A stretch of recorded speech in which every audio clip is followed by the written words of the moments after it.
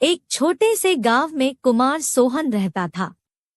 वो मिट्टी के बर्तन व खिलौने बनाया करता था और उसे शहर जाकर बेचा करता था।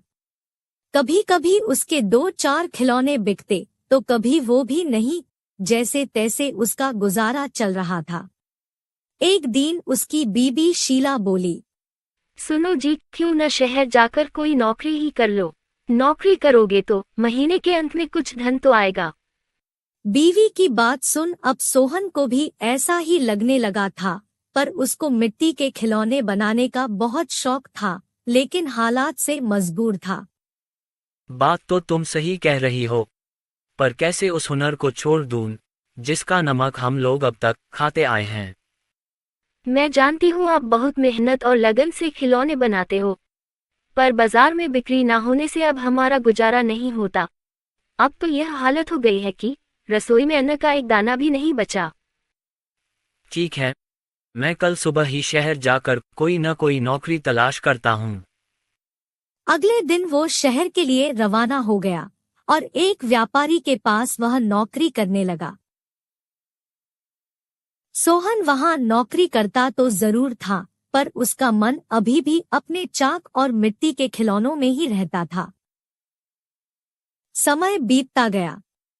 एक दिन शहर में जहां वह काम करता था, उस मालिक के घर पर उसके बेटे निखिल का जन्मदिन था।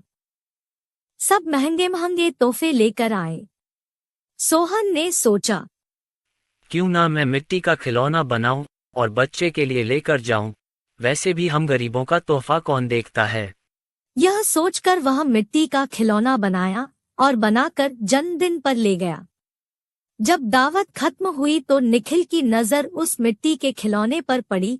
उसे वो हाथ में उठा लिया और खुश होकर और भी बच्चों को दिखाने लगा। खिलौना सभी बच्चों को बहुत पसंद आया और जिद करने लगे कि उनको भी वैसा ही खिलौना चाहिए।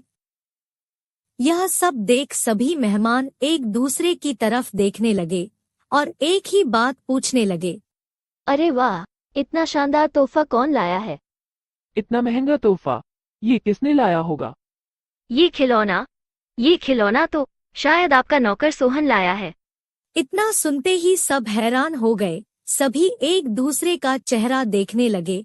तभी मालिक बोला, सोहन सोहन तो बहुत गरीब है, इतना महंगा खिलौना कहाँ से ला सकता है? हाँ, मैंने देखा है, ये खिलौना सोहन ही लाया है। ठीक है, सोहन को बुलाओ, उससे पूछो कि ये खिलौना वह कहाँ से खरीदा है। वहाँ सोहन आता